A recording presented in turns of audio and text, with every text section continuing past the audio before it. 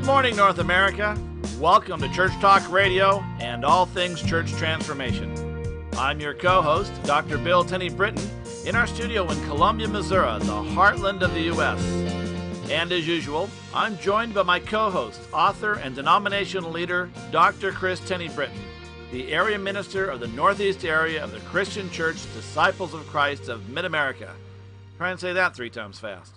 Good morning, Kris. Good morning, good morning, good morning, and welcome to Church Talk Live. Bill and Kris Tenney Britton here today with a stranger. This is He's Bob. not He's strange. No, he's not a stranger, but he's sort of, stuck between us, and that's a dangerous place to be, Bob. This is Bob Eichenberger, and you want to do the introductions? I do. Well, Bob is a licensed pastoral counselor in Missouri and also an ordained minister, and I have to tell you that when we first came to Missouri, I kept meeting these ministers who kept saying to me, I have got the most wonderful counselor. I am in therapy. And I'm thinking, oh my gosh, what is this? Ministers never tell anybody that they're in therapy. And then it was Bob Eichenberger. And I knew I had to meet this fellow, and he is fabulous. And we're so lucky to have him here today with us because we are talking about being a non-anxious presence. Now, there's a term for you, and we'll talk more about non-anxious presence here in a moment. In fact, we're going to get you to define it because I don't think we can do justice with it. But I can tell you that as we launch into this episode, that one of the keys to being a non-anxious presence, or not to being, but why it's important is because, let's be honest, conflict is rife in the church. And that when we get our up, all sorts of bad things happen. So, Bob, tell us, help us define those who may have read the term in a book somewhere, but haven't a clue what we're talking about really. Well, I think I'd like to step back a minute and talk about anxiety in general, and then we'll get to the church conflict. But I was talking with Kris. Well, Kris emailed me about this opportunity to be here, and I got that email very early in the morning when I wasn't really thinking very well. And just previous to your email, I had gotten an email from one of my clients who was very frustrated and worried about a situation. And I realized that I was feeling really anxious about both of those. So it's like, I think anxiety is pervasive. I mean, I think it is you have in scriptures, how many times do we see in scriptures, do not be afraid? When the angel is talking to Mary, what's she saying? Do not be afraid. When Jesus is in the Garden of Gethsemane, let this cup pass from me. He knows what's coming up. I think anxiety is pervasive in our lives, and frankly, I think if we are alive, we are probably feeling anxiety to some level. We worry about our kids, we worry about our spouses, we worry about health conditions. I think so many of the addictions, pornography, sex, gambling, workaholism, I think they're all anxiety related. So if all this is anxiety related, and we carry anxiety, and heavens knows I carry my more than my fair share probably, but at least my fair share. As we go around in our anxious states, if you will, is there a difference? When I think about non-anxious presence in all the therapeutic conflict books that I've read, it's always about in the midst or as conflict arises and get you prepared for that. Is there a correlation between the anxiety you're feeling just in general and a particular situation that you're walking into? Well, I think we all carry, as you said, we all carry anxiety with us. And that's just, we all grow up in families that had anxiety. We all have anxiety in our personal lives and in general in our church lives if we're pastors or lay people. But I think obviously certain situations are more triggers than others. And so if you have your anxiety in general that you kind of you're not really aware of it, you just kind of carry it with you, but then you get into a church situation, a board member or a board chair who is very oppositional to what you're thinking about, and you have to try to be faithful to the gospel and yet keep your job. And that's really the conflict that's going on within you.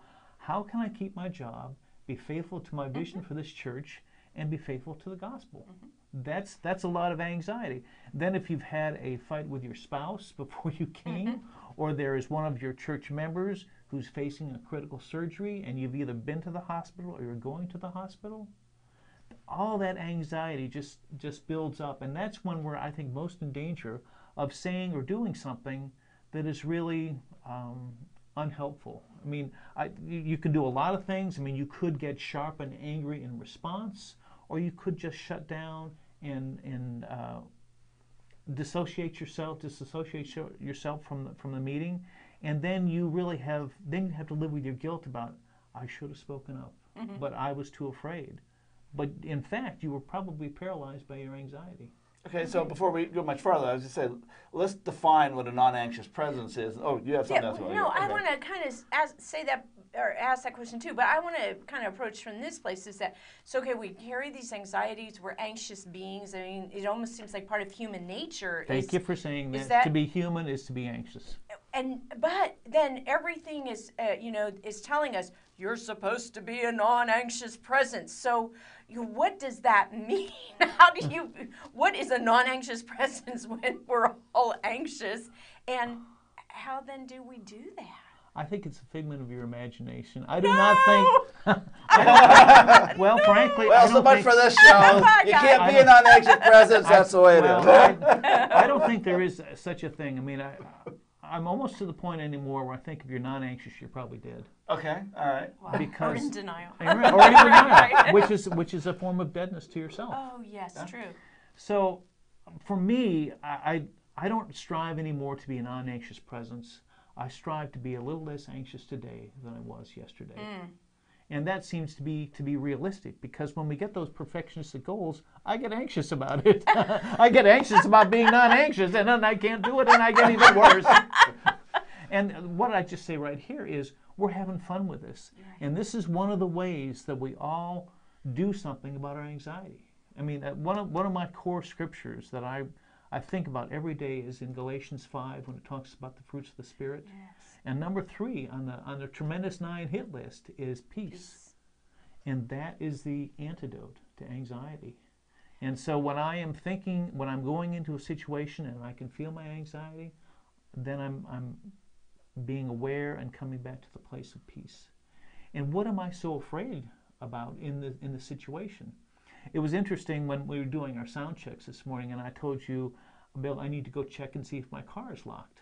Right. Well, I just had an anxiety about it. And so rather than sit here and be anxious about it and have our talk this morning, I just said, do you have 2 minutes? And you did. And I went and checked. And it was locked. But that relieved my anxiety because I did something about something so simple so I could be more fully here with y'all. Right. You know, when I started into ministry and was in my first solo pastorate, it was a very conflicted situation. But I would write myself notes and take them to board meetings and have them in front of me. And for the longest time, I carried them around in a Bible. In fact, they may be around in the Bible I used predominantly then. But they were things like, you are the pastor. Sit up straight. Breathe. Breathe again. And it was all those cues, right? And let me just say, I think that is a huge, huge thing that you did, because I know with my clients and with myself all the time, I say, write a sticky note and put it on your mirror, put it on the dashboard of your car, put it on your desk, wherever you will see. And some of those same messages, whatever is for them, because part of what happens when we are anxious is we are not aware that we are anxious. And we need something coming in from the outside, some accountability, some awareness. And a sticky note can do that so easily when you know what your triggers are and you can say breathe or peace, whatever the word is for you, then you can go, oh, I didn't realize I was so anxious. Yes. And so and the thing that I really like about sticky notes is that it doesn't have to be a person. It can just be where you, in your appointment book, wherever you, in your Bible, wherever you are most likely to stumble across it, and you don't even know that you need to be reminded of it because you carry that anxiety with you.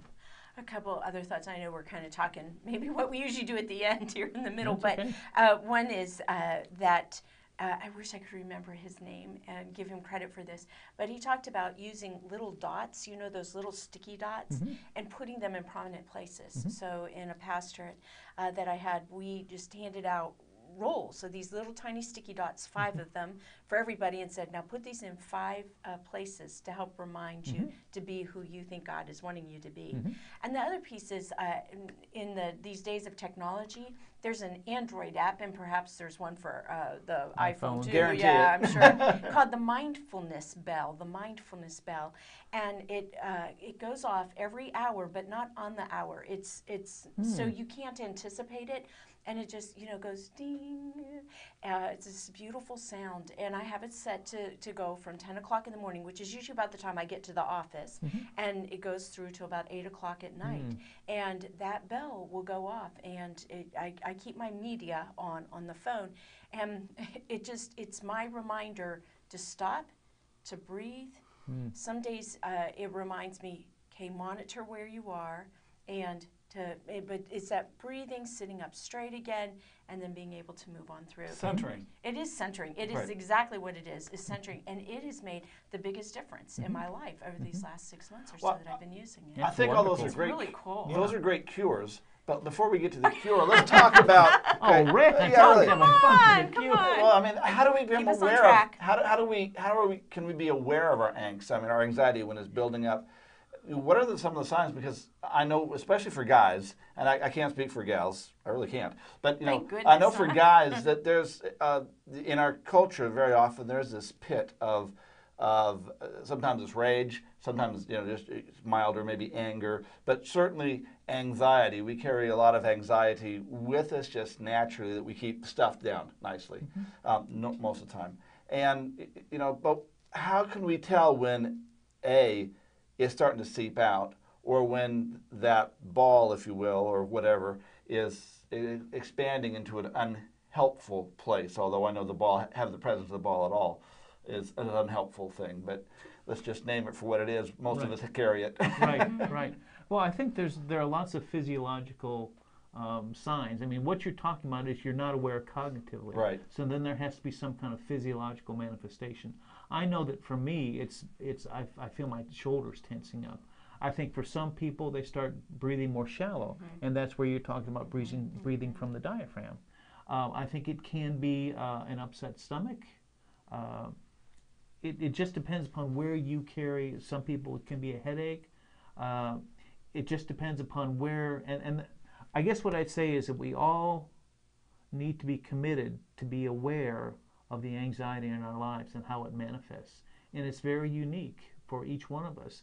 And so the point of commitment is to be aware of how is my anxiety manifesting itself.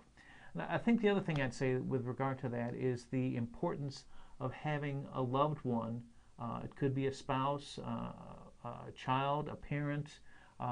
It could be someone who cares for your church, who can see the flames just about to come out of your eyes and can say, Bill, are you aware what's going on?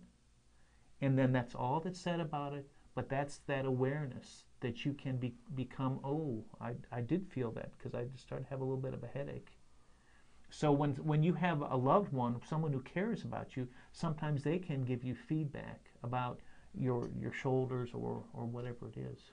Great tip, because I was just thinking, as a guy, I'm not always aware of my own stuff. Absolutely. And Kris is very good at stepping in and asking me what's going on. We don't have a code word. Maybe we need to develop one, but we don't have a code word or a code phrase like "Are you aware of what's going on?" or anything like that. But that she will ask me, and it will help me to be aware of where I am at that moment. Right, and I think that's really good. Code words are great. I had a couple who were. One wanted to leave the party early, and the other kept lagging and staying, and they just said pumpernickel. And when the one who wanted to leave said pumpernickel, that was the my spouse is getting anxious. It's time to really get out of here. And so I think code words are good. But the thing that's interesting though is that you and Kris have an agreement. You have said, "I want feedback from you, Kris," and so that makes it safe for Kris to do that. Most of the time. Well, certainly as a human being, we all wish we had done things differently, and sometimes we do get frustrated. But when you give your spouse or your loving other the permission to do that, then they can just say whatever the code word is, or I'm wondering if you're feeling anxious, and that's not taken as a criticism, because if it's taken as criticism, it's like, no, I'm not. Right. And then it just all blows up. And then the anxiety, Sure. non-anxious presence goes away completely. Well, and if you don't have that kind of agreement with someone, then that can come across as a criticism, which then you take personally, which ramps up your anxiety even more, and then you come out in an angry state, which is not what you wanted in the first place. You know, I'm thinking about a friend of mine who has permission, and I have got a few of these accountability people in my life that have permission to speak truth in ways that if my husband were to speak it, I would probably bite his head off. So there are a couple of those folks, and I've called them. Yeah, he and, has. and said, hey, listen, this is what's going on with my wife, and I can't approach that. And then they evaluate whether I'm on track or not. And whether they'll I'm just tell being- him, yeah. Yeah, they have no problem telling right. me, They won't Bill, get over it. triangulated. Yeah, Right. this might be your stuff.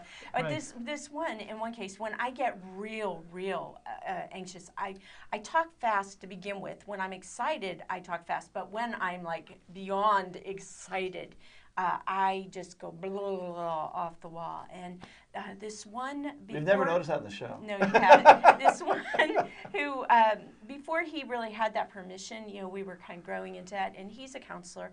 He would just breathe on the phone, and I'd hear him go. And then after a couple times, I was like, okay. So I'd start to slow down my breathing. And then a couple years later, he said to me, that's why I would breathe on the phone. I wasn't heavy breathing, I knew, Right. But those slowing down, and I am thinking about when we're in these conflictual situations, it's one thing around our own anxieties, but when we're trying to work with other people and be that, quote, non-anxious presence, whatever that means. But, how many meetings have we all sat in?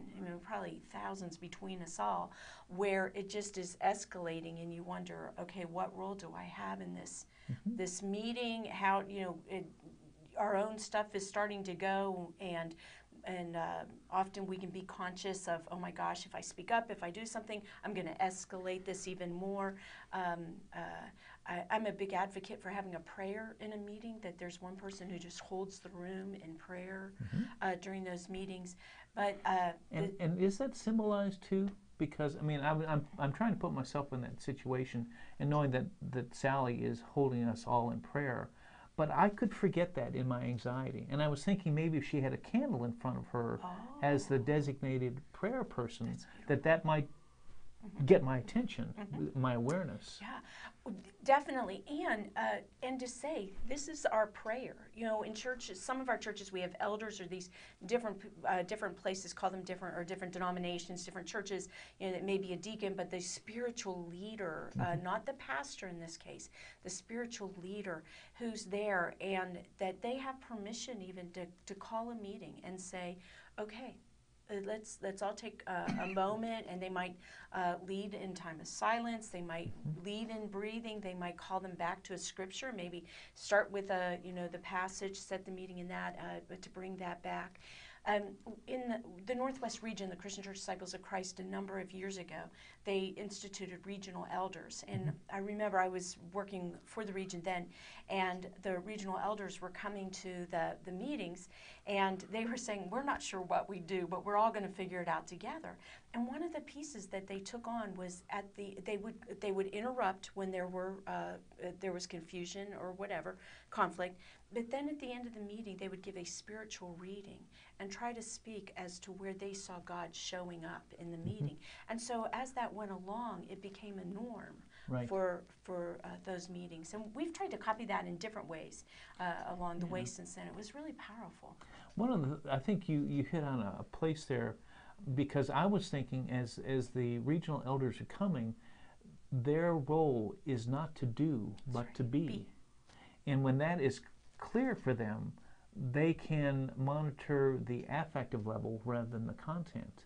And that is, I think, what we're talking about, is having someone who is mature enough as a spiritual person to know that despite what the content of the discussion or conflict is about, maybe we need to get back to the being.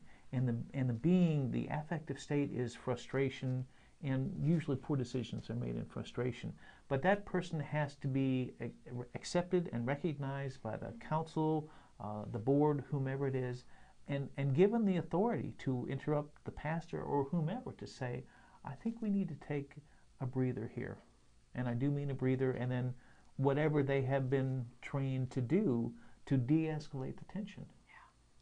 And that's important because for so many of us, particularly those of us that are in leadership roles, whether that be pastor, board chair, whatever, there's a big confusion to all of this. You're a player at the table, which means you're a doer. But what am I supposed to do? And when things happen that aren't in the norm of everyday life or just the conventions of polite society,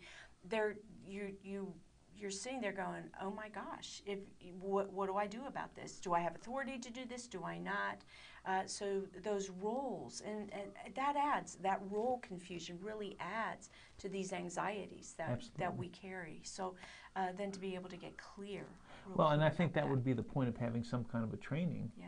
That your role, Bill, in this meeting is to hold the affective tone. And so we really, we like what you think about this issue, but that's not your job here today. Your job is to monitor the affective level. Are we peaceful? Are we listening to each other? All those good communication skills? Or are people getting escalated? And maybe you, Bill, and I'm telling this to the whole group, that Bill has the authority and the right to say, people, we need to calm down here and take a moment for prayer or for meditation or whatever it is. But I think you really have to set that up. Just like between a couple having a code word, you have to set these things up so that people can rest assured then, this is my role and this is your role in that situation. And I like all this, and I really do, and it is very helpful. However, there are the times when there's not a meeting. Right. When somebody walks up in the congregation. And why is it? If you're the pastor, it's always 5 minutes before the service starts. It seems Absolutely. like, because that's the only time you work. Of course, right? There you are. So 5 minutes for the 5 minutes before the service starts, or just any time, someone walks up and they Shanghai you. You've been blitzed, you out of nowhere, and instantly you can feel, or whether you feel it or not, it's instant. You're boom. And you've lost any, I get the feeling that calling a non-anxious presence doesn't work here. So maybe a less anxious presence is out the window. And so how do we get that or become and step back to less anxiety? And you know that we all know what happens when we're confronted with that, and we just sort of all over very often. In our different ways. In our different ways. How do we be a less anxious presence? What are some of the tools, some of the tricks of not losing it and not making bad decisions, not opening our mouth and inserting our foot when that happens, when we don't have the preparation, we don't have someone praying for us at that moment and so on? Right. One thing, and this is not getting directly to what you want though, is that I do wonder about having an elder or a spouse or a loved one be with you if you're the pastor and are moving towards the sanctuary to get the service ready. Your entourage. That's right. But they're one of those spiritual people who can see this attack coming from whomever because they know who that person is, right, and who can either intercept them and get the message and relay it to you, or if that doesn't happen and you do feel that anger rising because you've just been blasted, who can come and say, Bill, I saw what was happening and I'm praying for you. Just that touch, that acknowledgement that it's really tough to be Bill now since he's just gotten nailed. And I'm wondering if that wouldn't help to, obviously you don't have time to process it because you got 2 minutes before the service starts. But you can know that someone cares about you and is seen and will be there to process afterwards. So that's a real possibility that I had never thought about before, is having someone available to you and maybe they don't do anything. Right. Well, and you've heard Kris talk about entourage, and we really recommend this for, especially in the larger church where you can have a staff person on board, but even in a small church, that if you can have someone with you almost all the time, I think of the Devil Wears Prada and the little lackey who walked around. But in larger churches, and especially African American churches, you almost always see the pastor almost with, it looks like bodyguards, Right. and they're there to keep that person literally safe. And we're not talking about safe from madmen, but safe from angry men and women, and also help them keep focused, to move through, to get where they need to go, etc. And this is really a key help for a lot of pastors. Folks, if you can get yourself someone who will be with you, I often say that's the role in a larger church, that's part of the role of the executive pastor, on Sunday mornings and at meetings and whatnot, is to be there with the pastor, not only to block out and say, yeah, can I help you? And you can make an appointment, whatever, on Monday or Thursday, but also for the pastor, if something hits their brain, because, come on, pastors, our brains are going all the time, and say, wow, there's 3 light bulbs out, we got to deal with it, and the person there can take the note, and the pastor doesn't have to kind of carry that with them. So that helps a lot of that. Mm-hmm. But go ahead. No, I was going to say, in some traditions, those are called armor bearers. Okay. They kind of like bear the armor for the pastors. And one of the pieces about the entourage is that they have been praying beforehand together, and then it's really kind of like a spiritual shield around them that they carry. I was thinking the whole armor of God. Yes, Right. Exactly. Yeah. It's really it's beautiful imagery, but more than that, it's biblical imagery, and it's there for our use. You know what? I want to add one piece. I would disagree one thing. This ought not be your spouse, because in a conflictual situation, a lot of churches, they're seen as one, and or one is seen as sort of a troublemaker, or the target of a lot of ire, and so better off not having your spouse being your guard, if you will. I think better off, absolutely. Sometimes that's what it comes down to anay. Yeah, that's true. Sometimes you don't have a choice. I mean, That's right. in some of these really tiny churches, Right. You go with what you have. Yeah, exactly. Yeah. Good point. Good point. One of the things I was thinking as y'all have been talking is that it might do us all well to take and think through our weeks and each day of the week, and where we are most susceptible to this anxiety. With the rise of social media, and I bet a lot of pastors in northeastern Missouri are going to unfriend me in the next 24 hours now, but we can monitor what is going on with pastors and in congregations by reading Facebook pages. Sure. And they are playing out these anxieties and these problems, and I would, if I were a betting person, I'd put money on it that you could watch the days and what's happening. And you can see their amount of usage of there, or how they're using those pieces. And rather than playing out our inner selves across the World Wide Web and beyond, I wonder about sitting through and saying, okay, it's Saturday evening, and this is, I know tomorrow's Sunday, blah blah blah, and then to start to maybe you put that down on one side, and then over here you start to say, okay, what might I be able to do to help mediate that anxiety, or who might I be able to call? Where are my prayer partners, or who do I need to have in place to walk with me? Right, and I just want to say that the supposition there is that the person wants to be aware of their anxiety. Yes, yes. Because that is not always true. And if you have a person who thrives on anxiety, and I've talked with you too about the idea of being an anxiety bully, when you have your anxiety and it leaps just right out of your throat, you sound like a bully.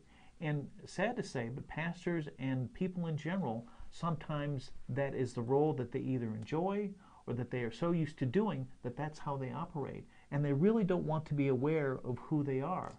And that's tragic, but true. And so when you're talking about the social media, you have to have a church and a pastor who is willing to track his or her anxiety, or the board or the church's anxiety. I mean, it's the commitment to being aware. And that when you have that commitment to being aware as a community, much less as a pastor, then you can make significant progress. But if you don't have that commitment to be aware and help and encourage others to be a part of your awareness, then it's not going to go anywhere. So the key here is we come back to community. Absolutely. There's a personal commitment to I need to be aware and need to want to be aware of my relative level of anxiety and when it starts to rise. But it also takes a community to say, not only are we behind you, but we also want to be aware of our anxiety and monitor each other's anxiety, sort of an expected behaviors kind of covenant that says, this is who we're going to be. We're going to be a less anxious presence. Well, and to be aware too that if we're becoming aware as a pastor or even a congregational leader, we're becoming aware of our own triggers, of our own anxieties, and we choose not to be in those situations. I mean, we can't blame the other, but there are times we need to step out. You know, when I worked for an attorney one time who was one of the most off the wall kind of people, really anxious, it was awful. And I was in therapy at the time, and I finally came back after a few weeks and said, you are so crazy, I can't work for you anymore. That your craziness is making me crazier, and I just can't be here. So here's my 2 weeks notice, and I'm looking for a job. And you know, I don't know, I was pretty brash, and maybe in this stage of my life I wouldn't have said that, but I think it would be helpful sometimes for pastors to be able to say, or for congregations to say that to their pastors. Hello, your anxiety is bleeding all over us, and we're just not going to do this with you anymore. And that would be wonderful. And yet one of the things that I'm so aware of in the church is that there are so many conflict avoiders. And so if you have a bunch of conflict avoiders in your church, they're probably not going to call you on that. Right. Because they just want a nice service that they can go home and get on with the rest of their life. Right. Yes. And then you have the people who are angry already, and if you're the pastor getting that, it's like, oh, nothing new with that. Right. I mean, that can be one of those very stuck places. So it really, who is interested in being more healthy, more peaceful, less anxious? So we're essentially out of time. Right. Let me ask, as we wind up, what are some resources you'd recommend for our viewers to become a less anxious presence? Well, we've certainly mentioned a lot of them. I mean, certainly the scriptures and the community. The one that I have been using more frequently with myself and my family and with my clients is it's called the Enneagram, and you can go to that Enneagram Institute. You take the Ready 2.5. It costs $10. Takes about 45 minutes. But it's what it is. It shows you what your leadership style is, and each one, there are 9 different styles, and no surprise, mine is the anxious style. But it really doesn't matter. We all have anxiety in whatever style it is. And so when you are more aware of who you are and how you come across, then you can be aware of what you need to change. And I was talking with my wife, who is also a pastor, and she was thinking about having she's UCC, serving UCC Church, having her counsel take the Enneagram, and especially the search committee, who's looking for a full-time called minister, to see how they operate, because there's been some real conflict in some of her situations. It's objective, it comes from this massive amount of data, and so it's easier not to take it personally, and it doesn't really make any difference because we all have a difficulty. I call the Enneagram our straitjacket, and we all have one. It's just they're different because we come from different families of origin. There we are. Well, we're out of time. Thanks for joining us. Oh, thank you Bob so Eichenberger much. with us, and we'll see you next week. Have a good week.